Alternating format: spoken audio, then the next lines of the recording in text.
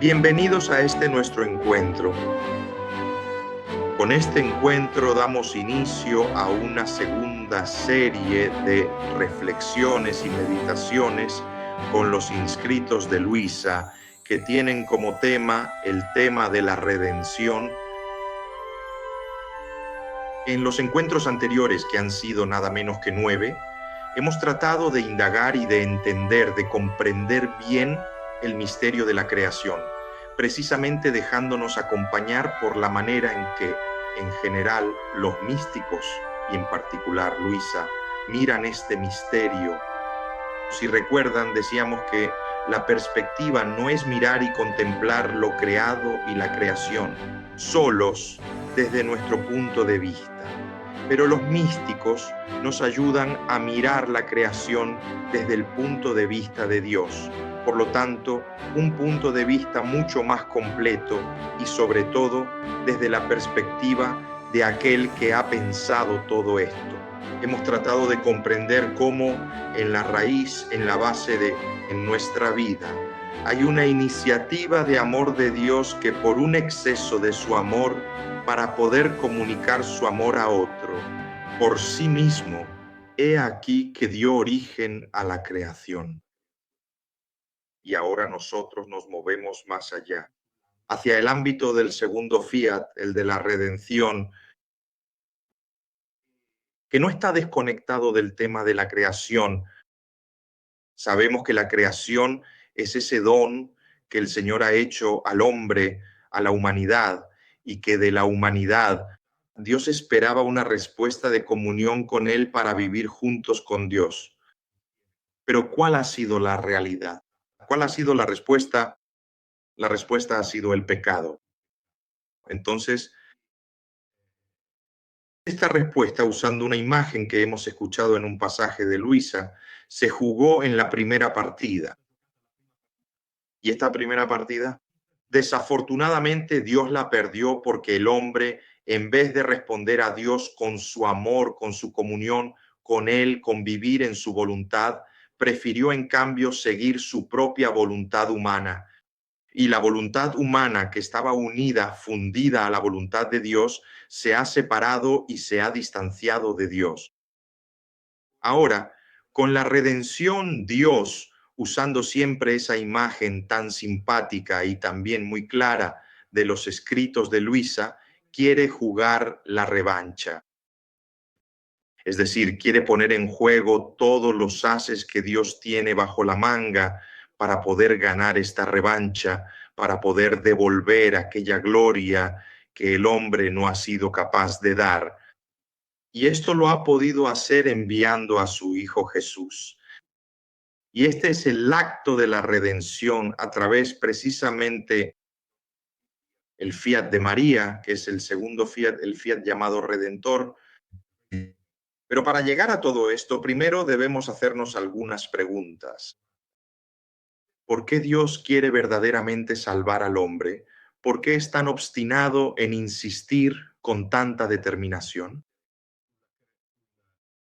en la humanidad para poder perdonarla, para poder redimirla, dado que ha tenido esta experiencia negativa por parte del hombre?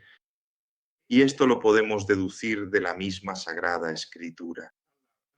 Es decir, precisamente porque hemos sido creados a imagen y semejanza de Dios, esto ha impreso en Dios ese deseo tan grande de no querer renunciar a la comunión con el hombre. Toda la creación fue hecha para el hombre, todo el mundo en el que vivimos fue pensado por Dios para el hombre. Y por eso, para iniciar este discurso sobre la redención, debemos partir precisamente de la creación del hombre, para comprender los motivos por los cuales Dios quiere ganar esta segunda partida con el hombre, para poder ganarlo para sí, para poder recuperarlo después de que se ha alejado de él. Así que en estos primeros encuentros nuestros trataremos de comprender un poco, a través de la Sagrada Escritura, a través del Catecismo de la Iglesia Católica y a través de los escritos de Luisa. ¿Qué pensó Dios cuando creó al hombre? Este hombre que está destinado a ser redimido gracias al amor del Señor que se encarnó y dio su vida por nosotros. Así que es muy hermoso este pasaje que les he puesto del 25 de diciembre de 1928 que nos dice justamente, ¿cuál es esta perspectiva? Jesús le dice a Luisa que solo para el hombre existió este prodigio grandísimo de crear la vida y la vida de nuestro mismo amor, mismo. Y por eso se dice que fue creado a nuestra imagen, semejanza. Y es por esto, dice Jesús, que lo amamos tanto, porque es vida y obra que ha salido de nosotros y la vida vale más que todo. Aquí ya podríamos encontrar la respuesta a esta pregunta, pero para llegar a esta respuesta, justamente debemos profundizar un poco e ir a investigar. Este concepto de la imagen, de ser imagen de Dios, es algo fundamental que también puede servir para nuestra vida espiritual y nos hace comprender cuánto valemos a los ojos de Dios, aunque seamos criaturas pecadoras, aunque seamos infieles, aunque a veces nos sintamos profundamente perdidos, completamente abandonados, somos una realidad verdaderamente importante a los ojos de Dios, somos la vida misma de Dios y Dios lo ha apostado absolutamente todo por esta preciosa realidad. Y entonces seguiremos un poco el esquema que he preparado y que ahora veremos con estas diapositivas. Partiremos del Catecismo de la Iglesia Católica. ¿Qué dice el Catecismo de la Iglesia Católica respecto al hombre creado a imagen de Dios? Luego iremos a investigar la Sagrada Escritura y así veremos el relato del primer capítulo del libro del Génesis, donde se nos dice que está la decisión de Dios. Hagamos al hombre a nuestra imagen y semejanza, y algunos otros. Pasajes del Antiguo Testamento, especialmente del libro del Eclesiástico y del libro de la Sabiduría, donde se habla de esta creación del hombre a imagen de Dios. Y luego en los próximos encuentros nos trasladaremos al Nuevo Testamento y trataremos de comprender también a la luz, especialmente de la doctrina de San Pablo y de Juan, esta categoría, la imagen de Dios, siempre observando los escritos de Luisa y cómo Luisa, o mejor dicho, cómo Jesús le explica a Luisa. Esto es la belleza de esto. Descubriremos que todas estas cosas que encontramos en la Sagrada Escritura son profundizadas y dichas de otra manera, precisamente por Jesús a Luisa. Y este es el primer paso que queremos dar. Luego daremos un segundo paso en el que hablaremos precisamente de qué le sucedió a esta imagen de Dios que Dios pensó y realizó en la creación del hombre. Precisamente ocurrió el pecado y por lo tanto veremos al hombre, a la criatura, como una imagen quebrada, es decir, algo se rompió. Y también allí, siempre a través del catecismo de la Iglesia Católica, a través de la Sagrada Escritura y a través de la palabra de Dios y a través de los escritos de Luisa, intentaremos comprender la causa de este mal, de este pecado, en qué consiste. Luego, un tercer paso que daremos será mirar al hombre redimido, es decir, al hombre creado, creado a imagen y semejanza de Dios, pero que en Cristo se convierte en una nueva criatura. Por lo tanto, la redención vista como una nueva creación. También al final de este nuestro encuentro leeremos un fragmento de la encíclica de Juan Pablo II precisamente sobre el hombre y dice de manera explícita que la redención para la humanidad es una nueva criatura. Creación porque el hombre fue recreado en Cristo. Y así existe esta nueva creación que surge de la redención y que encontrará su cumplimiento en la santificación. Cuando decimos nuestro tercero, fiat, cuando la criatura pecadora pronuncia este fiat, este tercer fiat que es el fiat del Padre. Nuestro fiat voluntas vuestro, salvo en el cielo y en la tierra, He aquí, en pocas palabras, les he dicho lo que haremos en los próximos meses, porque todo esto es realmente un material muy amplio y también muy interesante. Y como no queremos perder nada de la belleza de estas enseñanzas, iremos con calma, sin prisa, precisamente con este deseo de querer entender por qué el Señor me ha salvado, por qué estoy tan interesado en Dios, por qué Dios se interesa tanto por mí, por mi vida, por esta vida que estoy llevando, por esta vida que está llena de obstáculos, una vida que está llena de defectos, llena de miserias. ¿Por qué Dios insiste en querer salvarme? La respuesta la encontramos precisamente en el proyecto de Dios, en lo que Dios ha querido para nosotros. Entonces, comencemos este recorrido nuestro y partamos precisamente del Catecismo de la Iglesia Católica. Obviamente no podemos leer todos los números, he elegido solo algunos y comenzamos precisamente con este número, el 355, que da una especie de índice a toda la exposición que el catecismo hace sobre la creación del hombre. Este número tan importante dice así: Dios creó al hombre a su imagen, a imagen de Dios lo creó, varón y mujer los creó. El hombre ocupa un lugar único en la creación. Y esto ya es importante porque no es un lugar entre otros, sino un lugar único que pertenece solo al hombre. Él es imagen de Dios y eso es lo que vamos a investigar. Luego, en su naturaleza, une el mundo espiritual y el mundo material. Es creado varón y mujer y Dios lo ha establecido en su naturaleza, amistad, y nosotros tomaremos en consideración el primero y el último de estos aspectos, es decir, veremos cómo el catecismo de la Iglesia Católica habla del hombre como imagen de Dios y habla del hombre como aquel que está destinado a vivir en el paraíso, es decir, en esta comunión con el Señor. De hecho, el concepto del hombre a imagen de Dios, el número 356 del Catecismo de la Iglesia Católica. Dice así: de todas las criaturas visibles, solo el hombre es capaz de conocer y amar a su propio Creador. Solo nosotros, los seres humanos, somos verdaderamente capaces de reconocer y comprender quién es nuestro divino Creador. Las demás criaturas, en su propia manera, lo hacen porque muchas veces en los escritos sagrados de Luisa Picarreta se habla extensamente de esto, pero es más bien una forma de denuncia profunda que Dios mismo hace a la humanidad. Dice que incluso las flores saben dar gloria y agradecer a su Creador, emanando su fragancia, pero lo hacen de manera no consciente. En cambio, el hombre es capaz de conocer y de amar a su propio Creador. ¿Por qué? Porque pone en juego su libertad.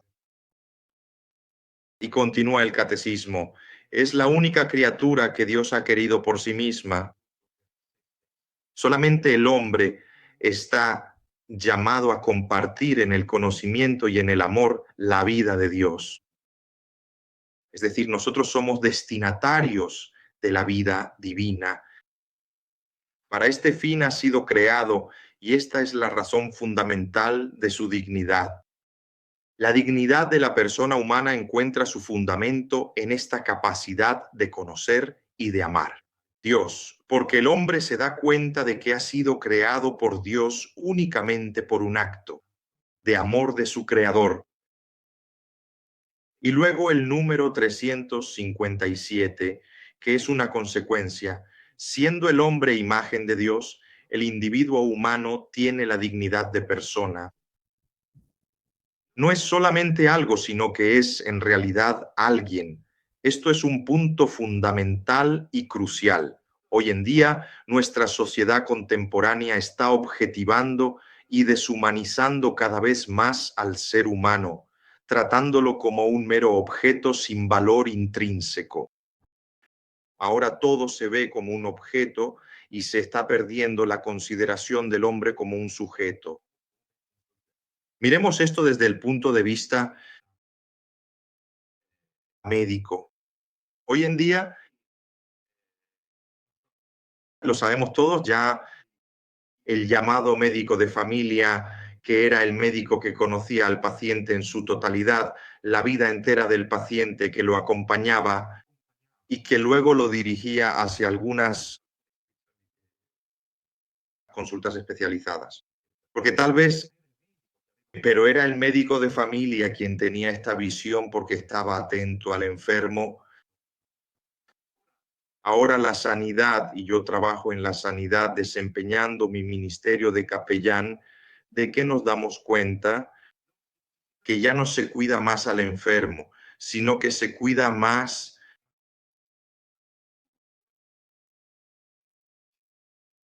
de la enfermedad.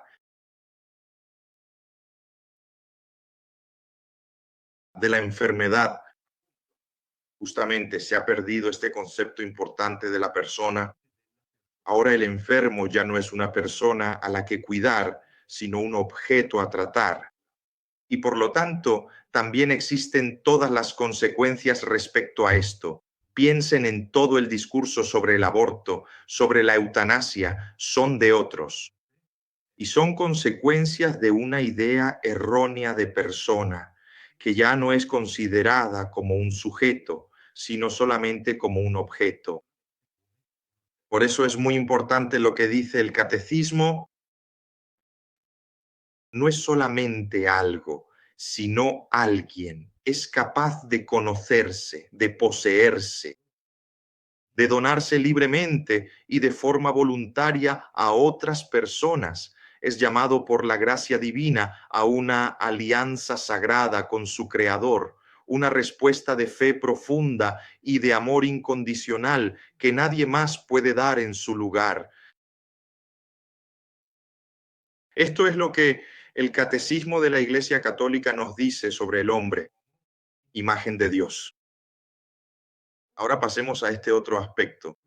Ciertamente, el hombre es imagen de Dios, pero ¿está destinado a vivir dónde? ¿Y con quién? ¿Cuál es el propósito de la vida del hombre? He aquí entonces estos números que se refieren al hombre en el paraíso. Dios lo ha establecido en su amistad con Dios, como leímos antes. Y así en el número 374 se nos dice que el primer hombre no solo fue creado bueno, sino que también fue constituido en una amistad tal con su creador. Y este es un aspecto importantísimo, es decir, entre el creador y la criatura existe una relación de amor. Y por lo tanto, el hombre, la criatura, no se puede mirar ni concebir solamente como una criatura salida de las manos de Dios, sino que su ser criatura deriva fundamentalmente de su estar en relación con Dios. El estado, podríamos decir, de criatura y la relación con Dios forman parte del mismo misterio de la persona, del hombre. No se puede pensar al hombre solamente como algo que ha salido de las manos de Dios, sino como un conjunto de tierra modelada por las manos de Dios, pero destinada a vivir en una relación de amistad, de amor con el Señor, y en una armonía tal consigo mismo y con la creación que solo será superada por la gloria de la nueva creación en Cristo. Eso es lo que veremos con la manifestación de la venida del Señor. El número 375. La Iglesia, dice el Catecismo, interpretando auténticamente el simbolismo del lenguaje bíblico a la luz del Nuevo Testamento y de la tradición, enseña que nuestros progenitores, Adán y Eva, fueron constituidos en un estado de santidad e inocencia originales. Eso que tantas veces Jesús le dice a Luisa: Adán antes del pecado vivía en comunión con Dios, vivía en la divina voluntad. Su voluntad humana estaba fusionada con la voluntad de Dios. La gracia de la santidad original era una participación en la vida divina. Divino es el creador, divina es la criatura porque ha sido hecha partícipe de la divinidad del creador. Es siempre esa imagen del árbol colocado en medio del jardín y del cual no podían comer su fruto. Ese árbol no era un signo que limitaba la libertad del hombre. Ese árbol en medio del jardín era el signo que mostraba la profunda diferencia entre el creador y la criatura. El creador es quien te ha dado la vida. La criatura es quien la ha recibido, quien participa de la vida divina. El hombre es divino no por naturaleza, lo es por gracia, por don de Dios. Comiendo de ese árbol, de hecho, la serpiente, ¿qué le dice a Eva? Si comieran de este árbol se volverían como Dios. Ustedes se volverán como Dios. En cambio, es Dios quien me ha hecho divino. He aquí, el pecado está precisamente en esto, y por lo tanto, la santidad original quería hacer al hombre divino, partícipe de la vida divina que el pecado ha roto, y la redención, así ya anticipamos algo, es un volver a unir la voluntad humana con la voluntad de Dios para permitir en la humanidad de Jesús esto, para permitir luego a la criatura pecadora poder ser capaz de volver a entrar en esta comunión profunda con el Creador.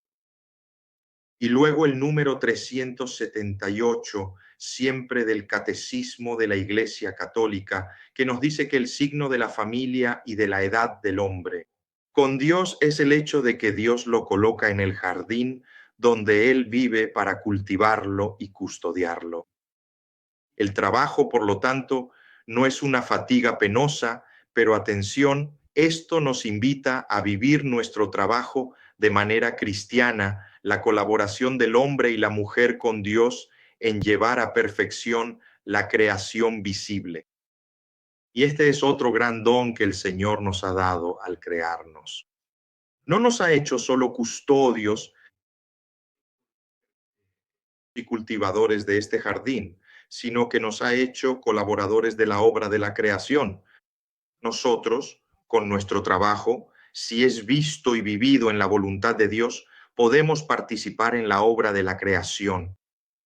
Y si miramos lo que sucede en el mundo, nosotros, más que colaboradores de Dios en la obra de la creación, somos destructores de esta creación. No colaboramos en absoluto con esto.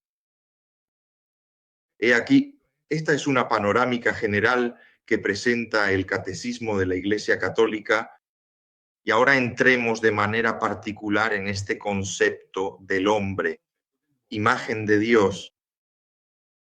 ¿Cuál es la verdad central del hombre en la revelación? Ante todo, la historia de la salvación se basa en esta revelación de Dios. Dios es amor. Por lo tanto, el contenido de esta primera certeza de nuestra fe se resume en esta frase de Juan, en la primera carta de Juan. Dios es amor, y esta verdad central puede ser comprendida por el hombre gracias a la revelación del misterio de Dios, del misterio trinitario. Pero también es una revelación importante y profunda del significado para el propio hombre. De hecho, en el acto de fe en el que nos abrimos a la revelación de Dios está incluida la conciencia de nuestro ser en comunión con Él. Por lo tanto, no se trata solo de un encuentro, de una simple comunicación o de información que se nos da sobre el ser divino. No solo conocemos algo de manera intelectual, sino que Dios ha dejado en la creación y sobre todo en la relación con el hombre, ha dejado signos para permitirle al ser humano reconocer la presencia de Dios en su vida. Y así hace al hombre partícipe del ser divino. Una afirmación de este tipo condiciona se puede decir, nuestra idea de Dios, porque nos permite vivir nuestra relación con Dios. No solo como una relación de sometimiento, es más, no se trata de sometimiento entre creador y criatura, sino de una relación de vínculo. Y esta manera de entender a Dios tiene como consecuencia también una nueva visión del hombre. Por lo tanto, si el hombre es capaz de una comunión con Dios, entonces su ser se transforma. Tiene una dimensión constitutiva de participación en la vida de Dios. Por lo tanto, no es algo añadido. Nuestra participación en la vida divina no es un plus, un extra que se nos ha dado, sino que forma parte del ser constitutivo del hombre. Nuestro ser, en su constitución, prevé esta relación con Dios, porque Dios la ha puesto precisamente en el acto mismo en que creó al hombre. Y por lo tanto, la dimensión de ser criatura, la dimensión creatural y la condición filial, es decir, la relación con Dios, pertenecen juntas, originario de Dios. Es decir, Dios ha querido al hombre en la medida en que ha querido llamarlo a la comunión personal con Él. Este es un concepto muy importante, un concepto que también el magisterio de la Iglesia nos enseña. Les he puesto aquí este fragmento de la Gaudium et Spes, esta constitución pastoral del Concilio Vaticano II, donde los padres conciliares nos dicen que Dios, que cuida paternalmente de todos, ha querido que los hombres formen una sola familia y se traten entre sí con espíritu de hermanos. Todos, de hecho, creados a imagen de Dios, que de un solo hombre ha hecho surgir la humanidad. Todo el género humano para poblar toda la tierra está llamado a un único y mismo fin, es decir, a Dios mismo. Hay ese canto de Adviento, durante el tiempo de Adviento que cantamos a menudo. Dios se ha hecho como nosotros para hacernos como Él. He ahí la razón por la que Dios nos ha creado y debemos considerarnos como criaturas con todos nuestros límites, pero sobre todo como criaturas queridas así por Dios. ¿Y dónde encuentra todo esto su fundamento? Lo encuentro precisamente en la Sagrada Escritura. Ahora demos alguna referencia a estos textos. Y luego intentaremos introducir en cambio las enseñanzas que Jesús dio a Luisa. Ante todo, el hombre imagen de Dios en el Antiguo Testamento. Este tema sobre la creación del hombre a imagen y semejanza de Dios. Hay que decir de inmediato que no es un tema muy tratado en el ámbito de la Biblia hebrea. De hecho, el tema de este libro es mucho más importante. Los textos que hablan de esta imagen de Dios, paradójicamente, son más numerosos en el Nuevo Testamento que en el Antiguo Testamento. Y son pocos. Y esos pocos que hay en el Antiguo Testamento también son de difícil interpretación. ¿Por qué es esto? Porque siendo el Antiguo Testamento muy centrado en la cultura hebrea, en la cultura hebrea se estaba más ligado a la palabra que a la imagen. Recordamos que los judíos, Moisés, de uno de los mandamientos y preceptos del pueblo de Israel es el de no hacerse una imagen de Dios, sino escuchar su palabra, porque típicamente en la cultura hebrea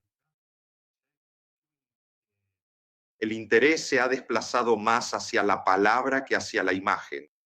Es el Nuevo Testamento el que, en cambio, pone precisamente su acento en la imagen, llegando incluso a decir que Jesús es la imagen del Padre. Jesús que le dice a Felipe, ¿quién me ve a mí? Ve al Padre, porque yo estoy en el Padre y el Padre en mí. Cuando, en cambio, esto empieza a influir y condicionar este pensamiento de la cultura hebrea tan arraigado en la palabra y no en la imagen.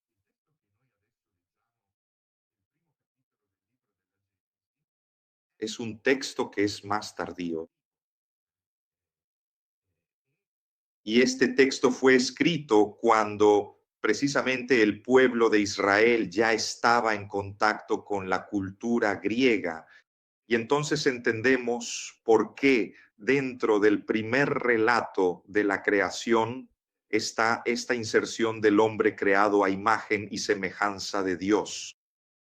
Leamos el texto. Y Dios dijo, hagamos al hombre a nuestra imagen, nuestra semejanza, y que domine sobre los peces del mar, sobre las aves del cielo, sobre el ganado, sobre todas las bestias salvajes y sobre todos los reptiles que se arrastran por la tierra. Dios creó al hombre a imagen de Dios lo creó, varón y hembra los creó. Dios los bendijo y les dijo, sean fecundos y multiplíquense, llenen la tierra, sométanla y dominen sobre los peces del mar, sobre las aves del cielo y sobre todo ser viviente que se arrastra sobre la tierra. Y Dios dijo, miren, les doy toda planta que da semilla y que está sobre la tierra, y todo árbol en el que hay fruto que da semilla serán su alimento. A todos los animales salvajes, a todas las aves del cielo y a todos los seres que se arrastran sobre la tierra y en los corazones, a los cuales hay aliento de vida, les doy como alimento toda planta verde. Y así fue. Dios vio cuanto había hecho y he aquí que era algo muy bueno. Este es el texto del primer capítulo del libro del Génesis. Nos dice que ser imagen y semejanza de Dios no es como para esta criatura algo añadido, sino que forma parte de su ser criatura. Por eso el hombre está llamado a ser así, a ser imagen y semejanza de Dios. La creación a imagen implica un contacto entre Dios y el hombre, que por un lado hace entender que la clave del ser humano se encuentra precisamente en esta relación con su propio creador. La clave de todo está en esta relación que tenemos con Dios y no con el resto de la creación. Por otro lado, la relación creador-criatura se manifiesta en el caso del hombre como una unidad, una correspondencia o comunidad de ser. Por lo tanto, entre Dios y el hombre existe un cierto grado de parentesco. Y así, si la imagen no posee algo de su arquetipo, de su origen, al cual remite continuamente, no será realmente una verdadera imagen. Así que el nosotros, decía alguien, quizás el cardenal Newman, no lo recuerdo bien, tenemos una chispa divina dentro de nosotros porque venimos de allí. Y es por esto, como nos enseñan San Agustín y Santo Tomás de Aquino, que el hombre, ellos dicen, es capax Dei, es decir, capaz de tener a Dios, de contener a Dios, es capaz de Dios precisamente porque viene de Dios.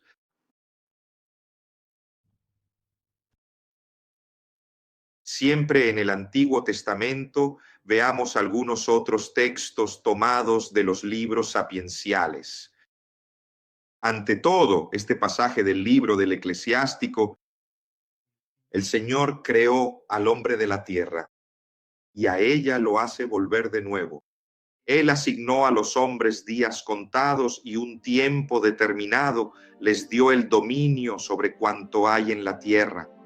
Según su naturaleza los revistió de fuerza y atención y a su imagen los formó. Él infundió en todo ser viviente el temor al hombre para que el hombre dominara sobre las bestias y las aves. Discernimiento, lengua, ojos, oídos y corazón. Se los dio para que pudieran razonar. Los llenó de doctrina e inteligencia y les indicó también el bien y el mal. He aquí este texto del libro del Eclesiástico.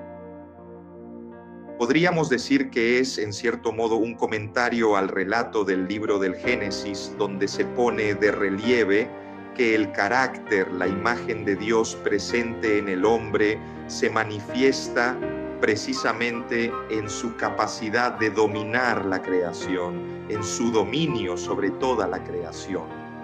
Y esto ocurre sobre todo en relación con la condición racional del hombre, su capacidad de discernimiento. Por lo tanto, estos son los signos que indican que he sido creado a imagen y semejanza de Dios. Luego están estos dos textos del libro de la sabiduría, donde se ponen dos acentos particulares. Primero, se afirma en Sabiduría 2:23 que Dios creó al hombre para la inmortalidad, lo hizo a imagen de su propia naturaleza.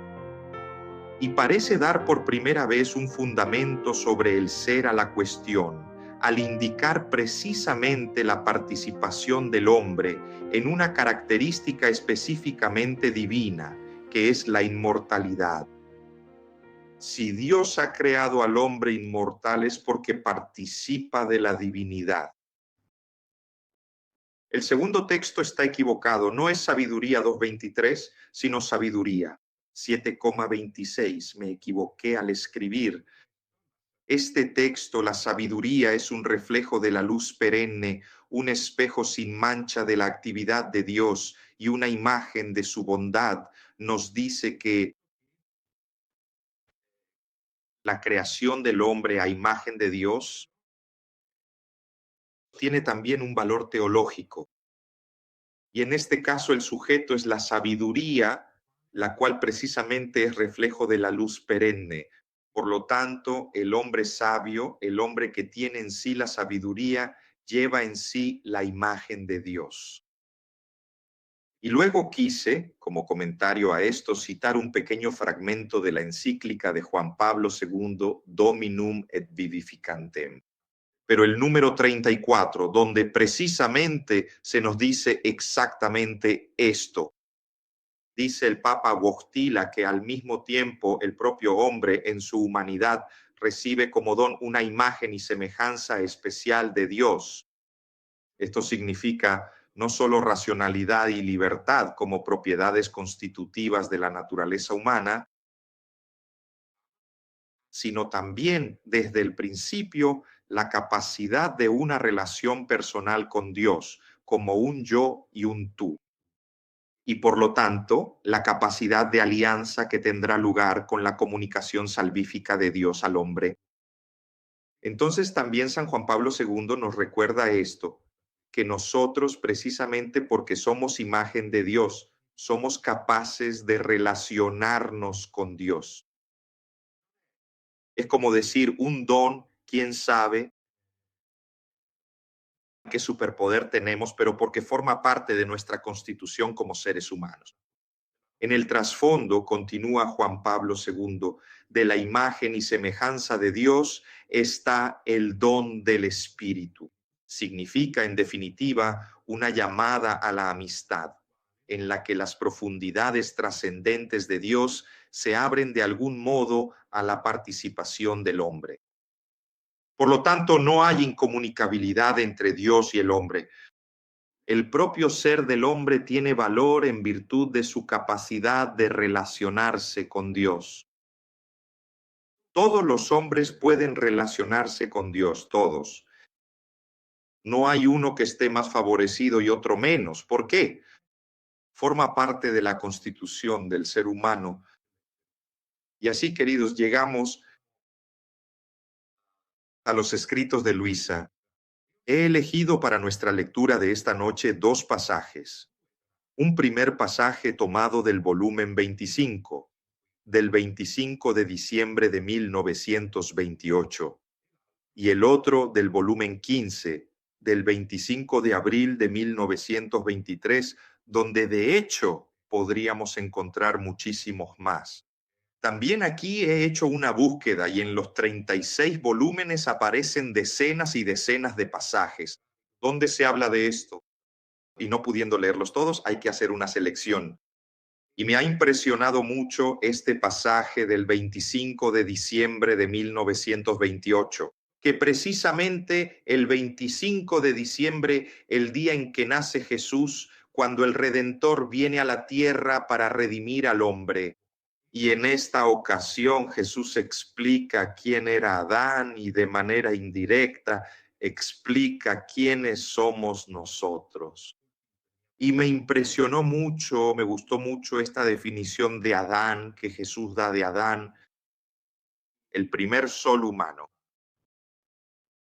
Y lo explica. Entonces dejemos la palabra a Luisa. Dice Jesús a Luisa: hija mía, en Adán, el primer sol humano investido por nuestra voluntad, sus rayos, sus actos eran más que rayos de sol que, extendiéndose y expandiéndose, debían investir a toda la familia humana, en los que se debían ver muchos soles en uno, como palpitando en estos rayos, todos concentrados en el centro de este primer sol humano. Todos estos rayos debían tener la virtud de formar su propio sol, sin salir del vínculo con el primer sol, porque al tener el principio de vida de cada criatura de este sol, cada uno podía ser sol para sí mismo. Es muy interesante esta imagen del sol que la encontramos casi en todos los escritos de Luisa, cuando habla del hombre y de la criatura que vive en la divina voluntad. El concepto es este: no debemos pensar que somos solo esta perspectiva de la divina voluntad. Vivimos de sus efectos, pero nosotros somos parte de esta divina voluntad, así como el sol.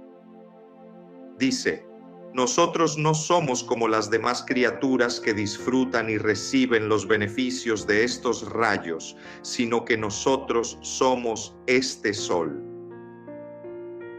Porque cuando vivimos en la divina voluntad, este sol con sus rayos nos alcanza y hace que nuestra vida sea parte de este sol, que a su vez envía sus rayos a todas las criaturas.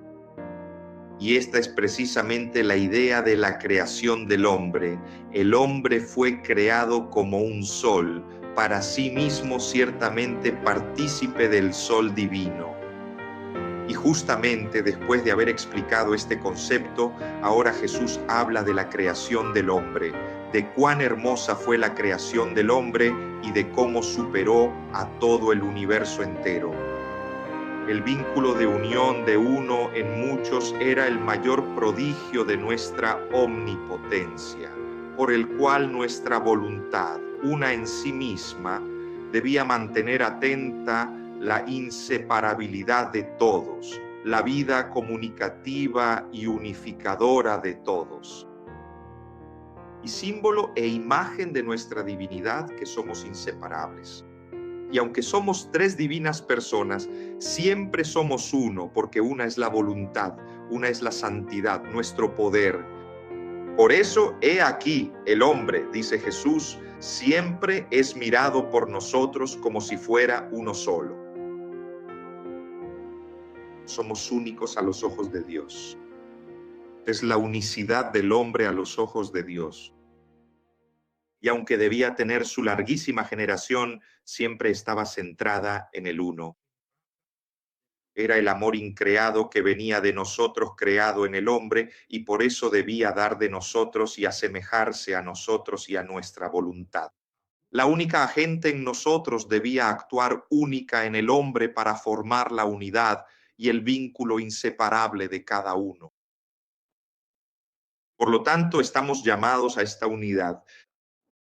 Y es verdaderamente interesante que cuando se habla del gran enemigo de Dios, es decir, el diablo, el mal, Satanás, esa entidad maligna, es aquel que en vez de la unidad y la armonía, crea la división, fomenta la fragmentariedad y la desunión. Dios, en su infinita bondad, quiere reunirnos a todos en una profunda unidad y comunión, mientras que el mal, con su naturaleza destructiva, busca dispersarnos y separarnos constantemente.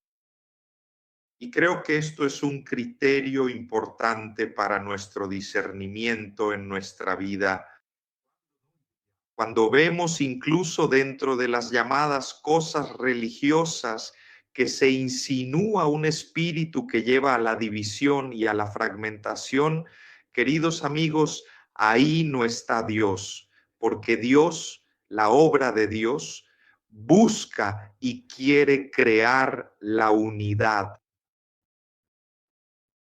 Este es un gran sufrimiento para todos los grupos de la divina voluntad, que parece, permítanme decirlo, que compiten por distinguirse unos de otros y por separarse entre sí. Se ve una continua, constante formación de grupos y grupitos, cada uno yendo por su propio camino, y que de hecho está atento a lo que dicen los demás para luego poder criticarlo, denigrarlo y decir, pero nosotros somos diferentes, nosotros hacemos otra cosa, nosotros estamos más avanzados y aquel no es de la divina voluntad y ese habla de aquí y ese habla de allá. Todo esto no es obra de Dios, porque si realmente nos dejáramos guiar por el Espíritu de Dios, ciertamente no existiría esta fragmentación de todos estos grupos de la divina voluntad. Estaríamos más unidos entre nosotros porque la divina voluntad es unificadora. A mí me gusta decirlo así. La divina voluntad no es exclusiva, la divina voluntad es inclusiva. Creo que esta es la tarea. Nosotros que nos decimos hijos de la divina voluntad, tenemos esta tarea tan importante de construir la comunión entre nosotros, porque el testimonio que estamos dando no es un testimonio de comunión, sino más bien un testimonio de desintegración. Y precisamente en base a lo que hemos leído, si lo hemos entendido, si desde el principio, desde la creación del hombre, existe este deseo de Dios de unirnos a Él. Y la unión también entre las criaturas, lo decía, aunque debía tener su larguísima generación, siempre estaba centrada en el uno. Si no trabajamos por la unión, por la unidad, no lograremos vivir en la voluntad de Dios. Y la señal de que hemos entendido la vida en la divina voluntad es cuando busquemos crear continuamente unidad entre nosotros y no separación. Y continúa Jesús. Por eso el hombre es precisamente el pecado. Al sustraerse a nuestro fiat divino, se deformó y desordenó y ya no sintió la fuerza de la unidad y de la inseparabilidad, ni con su creador, ni con todas las generaciones. Se sintió como un cuerpo dividido y quebrado en sus miembros, que ya no posee toda la fuerza del cuerpo entero.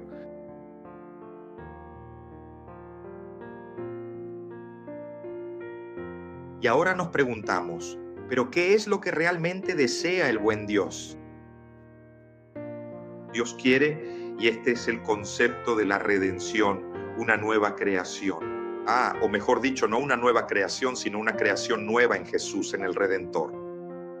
La redención viene a traer esta creación nueva, donde precisamente la característica es la unidad.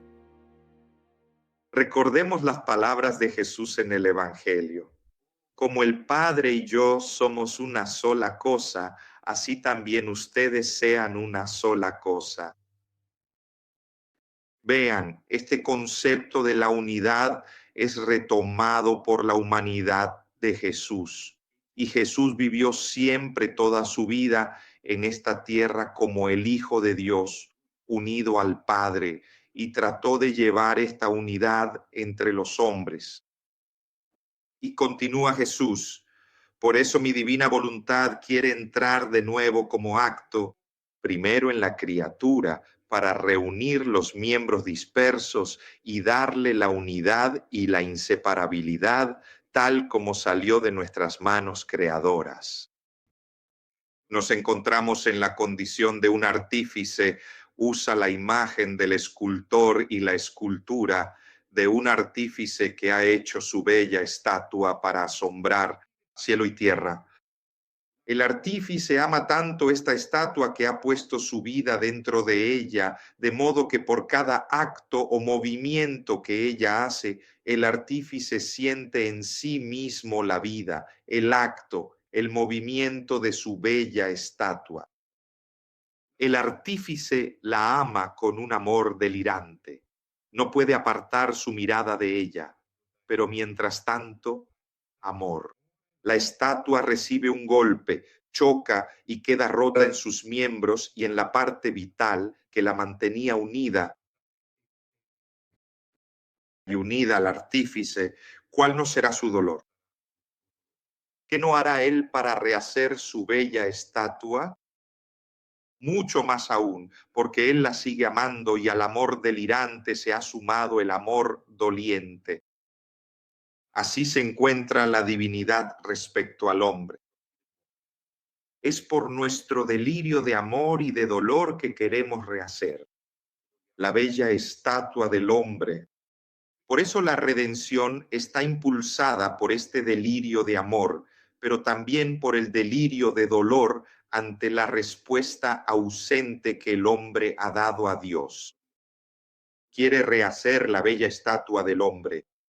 Y como el choque ocurrió en la parte vital de nuestra voluntad que él poseía, porque precisamente los separó de la voluntad de Dios, restablecida en él, la bella estatua será rehecha y nuestro amor quedará satisfecho.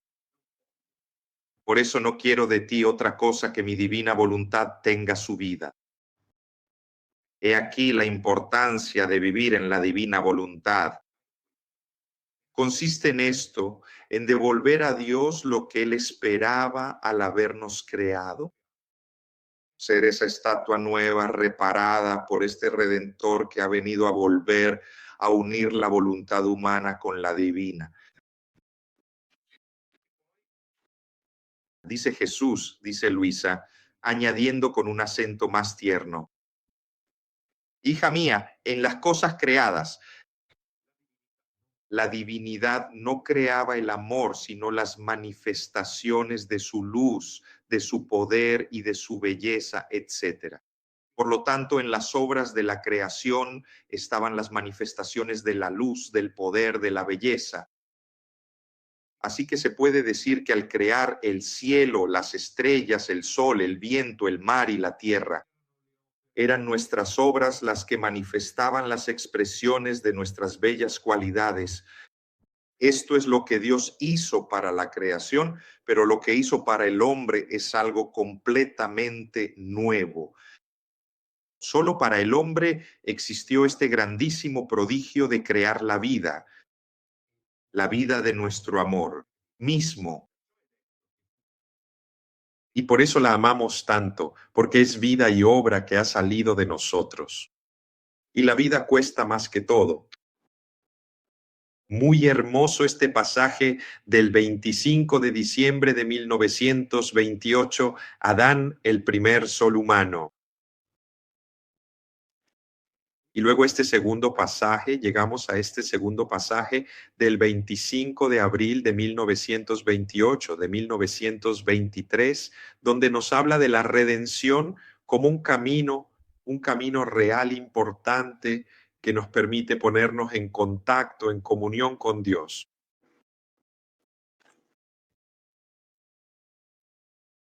Dice Jesús: hija mía, he querido orar junto contigo para reafirmarte en mi voluntad y darte la gracia de encontrarte ante la majestad suprema en el acto de la creación del hombre.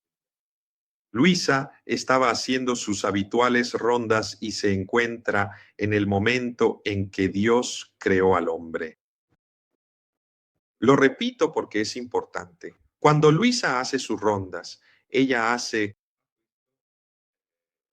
lo que viven un poco todos los místicos: sale de sí misma y entra en Dios y mira las cosas desde el punto de vista de Dios, no desde su propio punto de vista. Porque que es una experiencia mística. Entra en Dios y en Dios no existe el tiempo. Así que ella en cada instante se encuentra en cada época del tiempo, de la historia. Y así, en un instante, estando ella en Dios, saliendo de sí misma y entrando en Dios, se encuentra en el momento en que Dios creó al hombre. Y dice, ya que lo dotamos de todos los bienes y su voluntad era la nuestra y la nuestra era la suya, todo era armonía entre él y nosotros. Está hablando de la condición de Adán antes del pecado. Lo que él verdaderamente quería lo tomaba directamente de nosotros, tomaba nuestra santidad, nuestra sabiduría, nuestro poder, nuestra felicidad y muchas otras cosas más. Era, presten mucha atención, nuestro prototipo ideal, nuestro retrato más fiel, nuestro amado hijo feliz y dichoso. Así que Adán, al principio de su existencia, tuvo una época en la que cumplía maravillosamente el propósito para el que fue creado. Experimentó lo que significa vivir en la voluntad de su creador. Éramos felices mutuamente al ver reproducidos en nuestra propia imagen nuestros mismos actos. Por lo tanto, cuando Dios creó al hombre era el ser más feliz, porque veía esta correspondencia de amor, un amor profundo y verdadero entre él, entre Dios, el Creador supremo y omnipotente, y la criatura, su amada creación.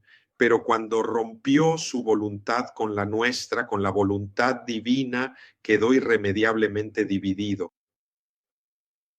Por lo tanto, los primeros actos del hombre están en nuestra voluntad, así que esos actos, al ser actos divinos, permanecen eternamente. Y no quiero otra cosa de ti, sino que vengas a nuestra voluntad para continuar desde donde Adán se detuvo, para poder vincular en ti todo lo que quieras. Todas las armonías que él rompió. Por lo tanto, la vida en la divina voluntad significa continuar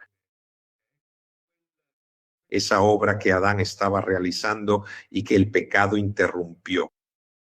Y así como esta primera criatura, al ser creada por nosotros como cabeza de toda la familia humana, al apartarse de nuestra voluntad, trajo la infelicidad a todos, así tú, al venir a continuar desde donde él dejó de vivir, te constituimos cabeza de todos. Por lo tanto, portadora de aquella felicidad y bienes que habían sido asignados a todos si hubieran vivido en nuestra voluntad. Así que Jesús en estas pocas líneas ha explicado cuál es el propósito de la redención, que es preparar el terreno hasta que un alma, la criatura, pudiera regresar a este estado original, sumergiéndose, fundiéndose y viviendo en la divina voluntad. Pero ahora está la objeción de Luisa. Son muy importantes estas objeciones de Luisa porque nos hacen entender algo muy concreto, que Luisa no tomaba como palabra sagrada todo lo que el Señor le decía.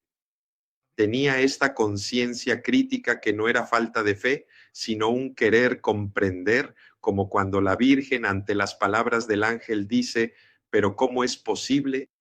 No conozco varón, explícame qué sucederá.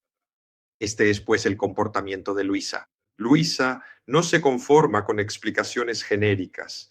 Quiere, a través de estas preguntas, comprender más a fondo, pero sobre todo se da cuenta de que lo que le dice el Señor y lo que ella es son dos cosas muy distantes entre sí. Y por eso ella se siente inadecuada para una tarea tan importante.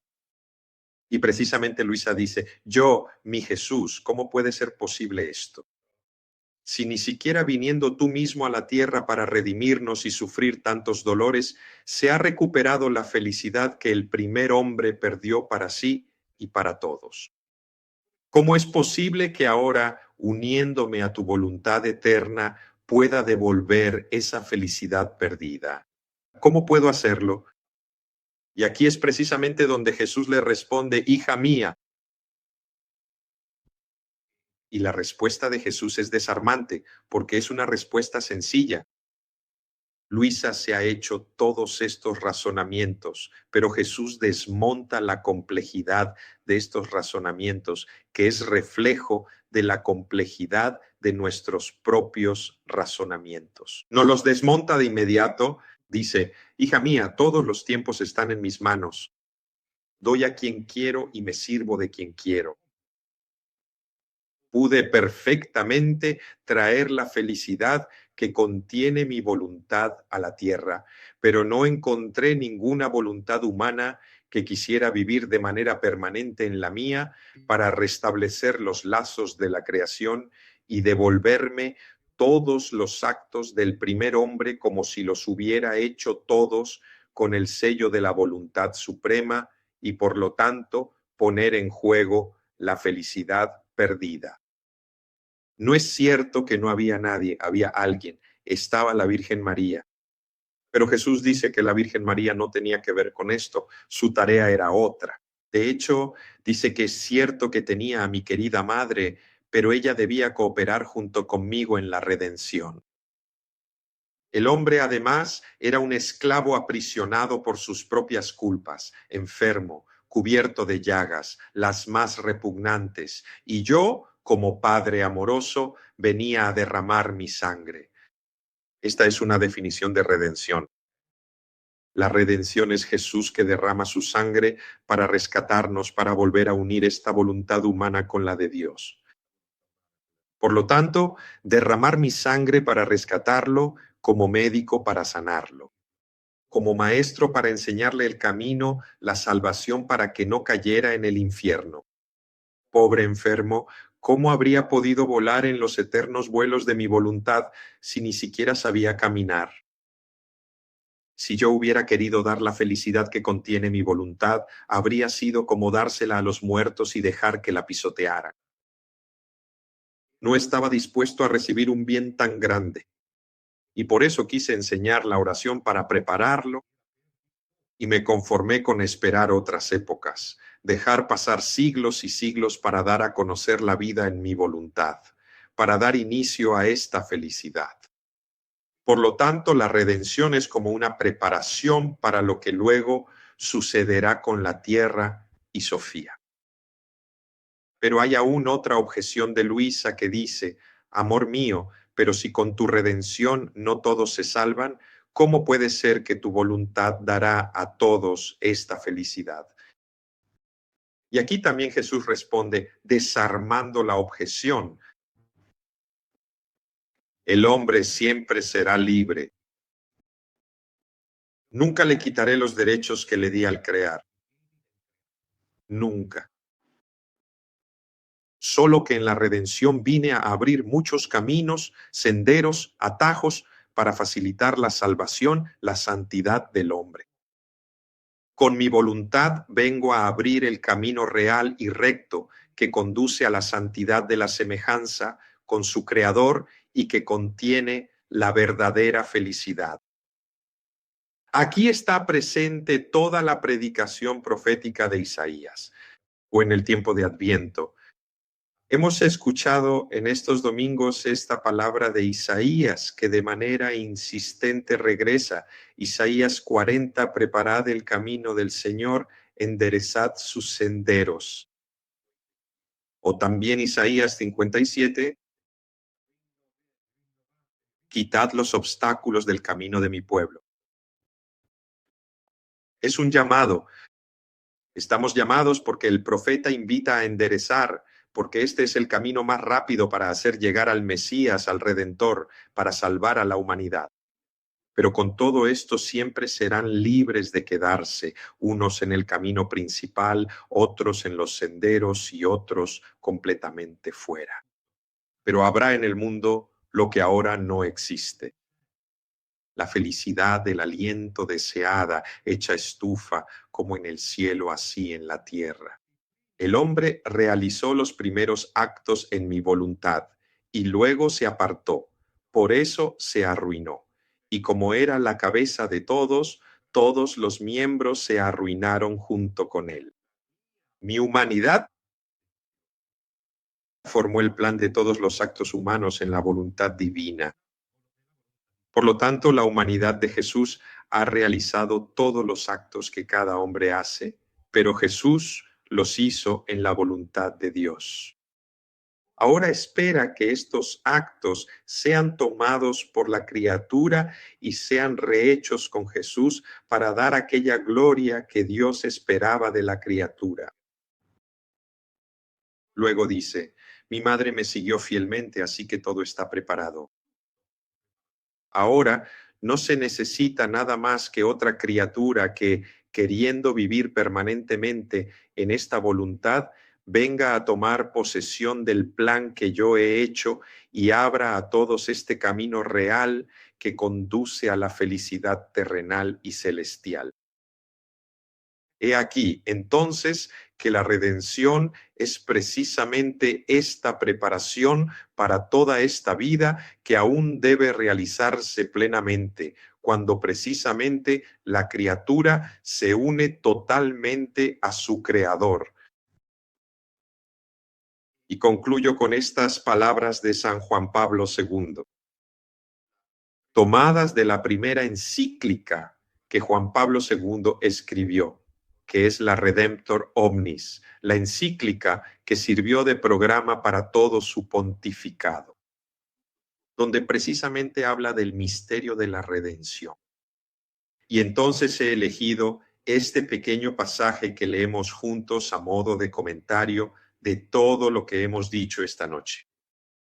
Dice el Papa San Juan Pablo II, el ser humano no puede vivir plenamente sin el amor verdadero y permanece para sí mismo un ser completamente incomprensible.